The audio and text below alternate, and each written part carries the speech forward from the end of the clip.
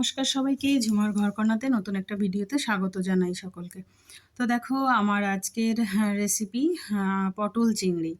তো পটল চিংড়ি তোমরা তো অনেকেই বানিয়েছো, হয়তোবা অনেকেই কোথাও অনেক জায়গায় খেয়েছো। তো আমি যেভাবে বানাই সেটাই আজকে তোমাদের সঙ্গে আমি শেয়ার করব।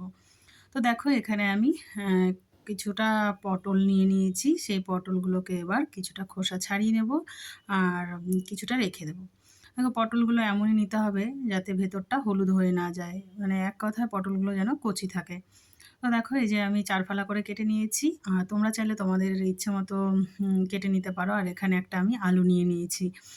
এখন বলতে পারো পটল চিংড়ি আবার আলু, কিন্তু আমি একটা আলু দিয়েছি কারণ আলু দিলে গ্রেভিটা ভালো লাগে খেতে। তো দেখো যেটা ছাড়া পটল চিংড়ি একদমই অসম্পূর্ণ, সেই চিংড়ি মাছগুলোকে ধুয়ে ভালো করে নুন হলুদ মাখিয়ে এখানে আমি ভাজতে বসিয়ে দিয়েছি। আর দেখো চিংড়িগুলো খুব বেশি কিন্তু আমি ভাজা করিনি, দেখেই বুঝতে পারছো। হালকা ভেজে নামিয়ে নিয়েছি। খুব বেশি ভেজে নিলে কিন্তু হবে না, চিংড়িগুলো পরে শক্ত হয়ে যাবে।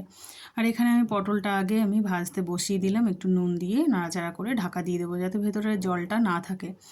আর ভাজা হতে হতে আমি এখানে একটা পেস্ট বানিয়ে নিচ্ছি, যেটা দিয়ে দিয়েছি 2 চামচ পোস্ত, 1 চামচ চারমগজ আর 4টে কাজু দিয়ে আগে ড্রাই অবস্থাতেই একবার আমি ঘুরিয়ে নেব। এই যে দেখো ঘুরিয়ে নিয়েছি। আর তারপর কিন্তু একটু জল দিয়ে পেস্ট বানিয়ে নিলাম। আর ওই কন্টেনারের মধ্যেই আমি দেখো একটা মশলা বানিয়ে নেব, যেটার মধ্যে 1 চামচ দিলাম গোটা জিরে, 4-5টা কাঁচা পাকা লঙ্কা, আর হচ্ছে এটা কিন্তু শুকনো লঙ্কা নয়, পাকা লঙ্কা, আর হচ্ছে আদা রসুন আর একটা পেঁয়াজ। আর এই যে দেখো পটলগুলোকে কিন্তু খুব সুন্দর ভাজা করে নিয়েছি। আর আলুটাকেও আমি ভেজে নামিয়ে নিলাম। আর ওই কড়াইতে সামান্য সর্ষের তেল দিয়ে দিয়েছি, আর তার মধ্যে গোটা জিরে, তেজপাতা, শুকনো লঙ্কা ফোড়নে দিয়ে দিয়েছিলাম। আর মশলাটা দিয়ে সামান্য একটু জল দিয়ে ভালো করে কষিয়ে নিলাম। আর দেখো এবার ওই কাজু পোস্ত বাটাটাও দিয়ে দিচ্ছি, সেটা দিয়েও কিন্তু খুব ভালো করে একটু কষিয়ে নিচ্ছি। আর একটা টমেটো পেস্ট করে নিয়েছি, সেই টমেটো পেস্টটাও আমি এবার অ্যাড করছি, আর সামান্য চিনি দিয়ে এগুলোকে খুব ভালো করে একটু কষিয়ে নেব যতক্ষণ না তেল ছেড়ে দিচ্ছে। তো দেখো আমার কষানো কিন্তু কমপ্লিট। এই দেখো একদম তেল বেরিয়ে বেরিয়ে আসছে। এখানে এবার আমি দিয়ে দিচ্ছি পটল আর আলু। আলু পটল দিয়ে সামান্য একটু জল দিয়ে দিয়েছি, দিয়ে সেটাও খুব ভালো করে কিন্তু কষিয়ে নিচ্ছি। তো দেখো এই যে যত ভালো করে কষিয়ে নেবে তত রান্নাটা কিন্তু খেতে টেস্ট হবে। আর এখানে দেখো আমার আলু পটল কিন্তু খুব ভালো করে কষানো হয়ে গেছে। এবার আমি এর মধ্যে দিয়ে দিচ্ছি চিংড়ি মাছগুলো।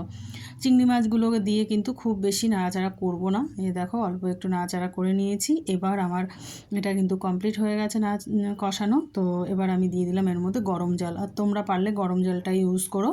গরম জল করলে রান্নার কালারও ভালো হয়, খেতেও ভালো হয়।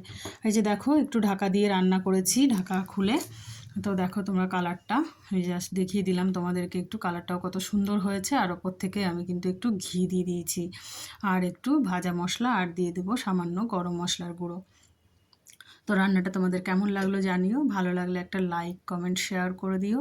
আর এইরকমই সুন্দর সুন্দর রেসিপি পাওয়ার জন্য আমার চ্যানেলটিকে সাবস্ক্রাইব করো। তো দেখো এবার কিন্তু আমি গ্যাসের ফ্লেম বন্ধ করে দিয়েছি, আর বন্ধ করে নামিয়ে নিচ্ছি। আর এখানে একটু নামানোর আগে দিয়ে দিলাম ধনেপাতা কুচি।